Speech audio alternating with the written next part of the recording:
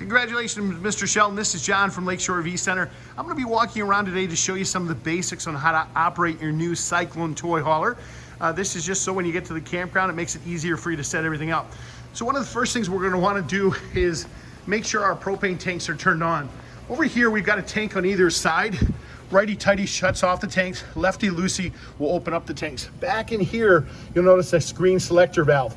That green selector valve has to be on green to let you know that propane's flowing through the lines.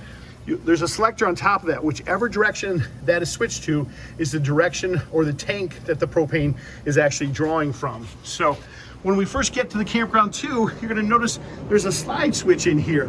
This switch has to be slid out, and that unit has to be slid out with that switch. That'll allow these side slides to come out for you. That's so that we can get inside the camper. But before we do all that, one of the first things we want to do is make sure we turn our power on. This is your battery disconnect switch. This switch up here has to be in the green position. We turn it to red, that'll shut off our 12-volt power. Do check your hydraulic fluid, make sure it's about at least that full, just so that you have enough so that there's no issues with sliding up the slide outs. Your new deep cycle battery is right there. That's your power inverter for your outlets inside and stuff like that. Or for whatever reason any of the 110 ever quits working, come out here and check that 110 plug. It's a good idea because sometimes those are tripped with the voltage irregularity. When you go to want to turn on your jacks, what you have to do is depress both arrows at the same time. Notice the green LED light that just came on. Then this allows us to auto level, or just like you can hear, that'll allow you to go up and down with the jacks. We have an additional tank on this side too, just so you know. That's hidden in this compartment. Our docking center is located right over here. Be careful, you don't want to force the door up, but if you do want the door to go up a little bit more, you push down and then you can hyperextend those shocks so that'll pop up, so it does make it easier access. You'll notice the positioning of the valves here. The valves are in these various positions depending on what you want to operate. When you want city water connection, notice the positioning of the valves here and how we have those up and down. That allows city water to be hooked into this connection right here with a whitewater drinking hose that comes through this area right here. This is our black tank flush. That allows you to flush your black and gray tanks so it gets rid of any sediment or waste. Outlets on the outside there. Exterior light. This is a pump switch for the outside here. Turn on that. You do have a hose that comes with this as well. That's just an exterior spray port of hot and cold water. Of course, you have your TV in there and motion sensor lights. Down below here, you'll have your low point right there. See that blue line? When the line's parallel with that and the valve's like that, that means it's draining the line. If crosswise, we'll shut that off. When you go to want to drain your sewage, your gate valves are located in here in this heated compartment. Your 3 inch is your waste, your 1.5 inches is your grave. We've got some heat exhaust coming from these right now because we just fired up your hot water heater and stuff like that. It is a good idea to make sure that you have water in your hot water heater before you fire up any of these things so as not to burn up any of those various elements. I'm gonna walk around the outside of the camper here. What's important to remember here is your discharge is located right underneath your slide. You do want to hook in the hose before you slide out your slide out, just to make it easier on yourself. Your refrigerator is gas and electric. Really shouldn't have to be anything. You access this panel from the outside, but if you do, it's important to note that really the only thing in there is that plug, that 110 plug. If that 110 plug for whatever reason becomes dislodged, it can pull out, and then all of a sudden your 110 side of your refrigerator wouldn't be working. Also a good idea, check your lug nuts on your tires after the first 250 miles. Sometimes they can become loose. It's just a good reminder to make sure you're checking those. Again, additional valves back here, you guys, because we do have a bathroom in back. Sewage tank rinse back here as well. There's our discharge located right underneath there. Back here, we also have a discharge nozzle for fuel. You have dual fuel tanks on this, and that's simply where you turn it on right over there so you get the fuel pump to operate. This does come with the 25-foot 50-amp power cord. It does come with the camper. We do give you electrical adapters that convert from the 30 to 15 amp all the way down to the 15 amp. There's your rear ladder. To make that function, all you simply do is pull out those pins. The ladder will swing forward for you. To pop down the rear tailgate, simply pop this open, twist this to the side, and as long as your cable supports are attached, the door will come down in a nice horizontal position so that you can operate that and have your patio. Notice we got your rear awning lights on, some of your side lights on here. Your patio steps are stored in this exterior compartment right here, just so you know where those are. Once again, do check your lug nuts on your tires after the first 250 miles. Just a good preventative thing so you don't lose a tire going down the road. We'll walk you around the front here. Just want to show you a couple things. Motion sensor light that just kicked on for us in here. That's the electrical adapter we were just talking about. You do have a wonderful gas stove that's located right here. This is your quick connect for that. There is a hose in the back. You do have to simply just push these two blue latches and this whole stove will come sliding out for you. Okay, let's walk you inside. We'll show you a couple of basics there. This unit does have the upgraded Canadian Arctic package designed for cold weather camping.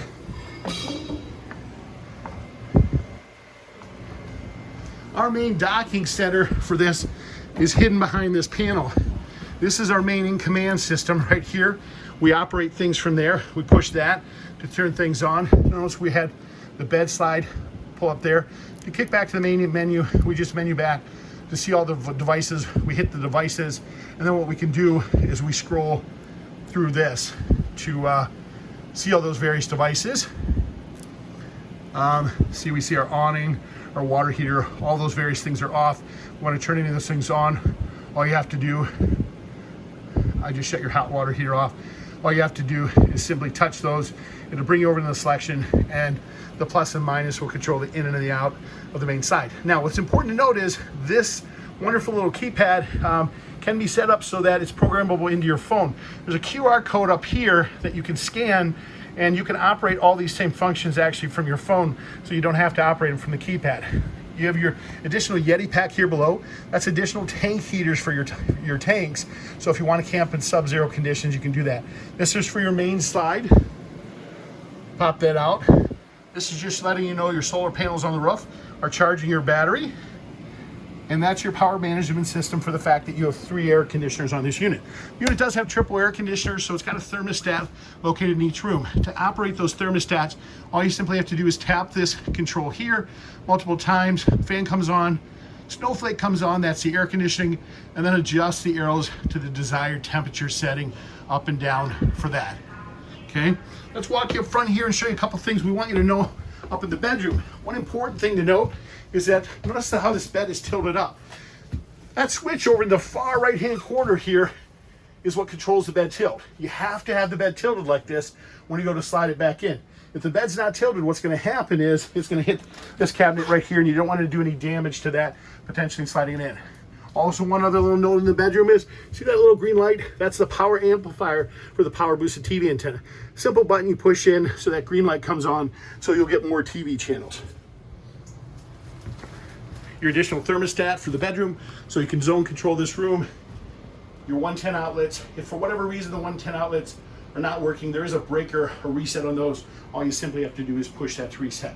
Foot flush for your toilet, simply push that, depress that. That'll open up the valve and allow the waste into the tank. To walk you back here, I'll show you a couple other things.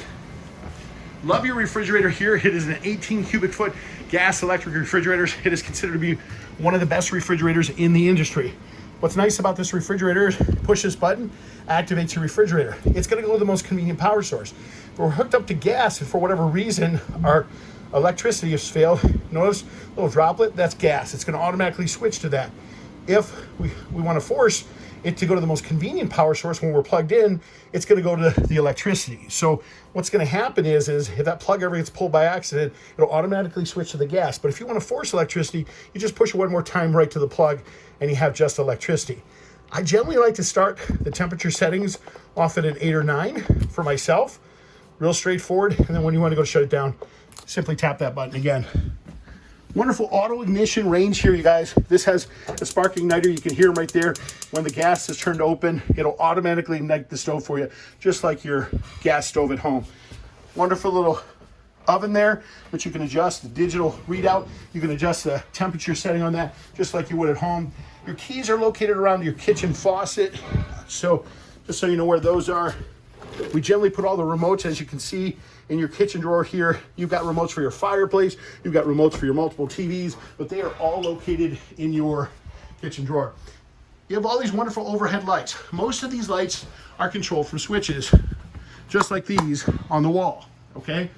If for whatever reason you don't see a switch, double check in here. You do have some overhead light switches there. If you don't see a switch beyond that, generally what that means is in the center of the light, there's a button you can push and that'll shut off the light. One other little note, your outside awning here is controlled from this switch here. That's your primary awning on the side of this camper. We're gonna walk you to the back, show you a couple things in back. This is one of those lights I was telling you about. Push in the center, that turns that on and off. See how you have these wonderful power beds? If you want to leave that top bed in its fixed position, which is up to the ceiling, what you do is you run these beds all the way to the up position, and then there's these 4 pins. You want to put those pins in place, and once you do that, that top bed will stay in the up position. That way you can operate just the bottom dinette, and you don't have to operate the top bed. That's controlled from right here. These control your overhead lights and your thermostat, of course, for your air conditioning back. This is your 25-foot power cord. That is your propane gas line for your outside grill, the water line for your exterior shower. You guys, these 3-season doors, one important thing to note is on these 3-season doors, when you go to close these up, make sure this top panel is always in the down position. If you go to close the rear patio and they're not in the down position, it can pop those panels out. So very important, make sure those are in the down position so that the air pressure won't pop those out. Once again, you guys, this is John from Lakeshore RV Center. These are just some of the basics on your new Cyclone toy hauler. We do appreciate your business. If you have any additional questions, please don't hesitate to give me a call. You can reach me on my cell phone at 231-740-6225. Thank you and have a great day.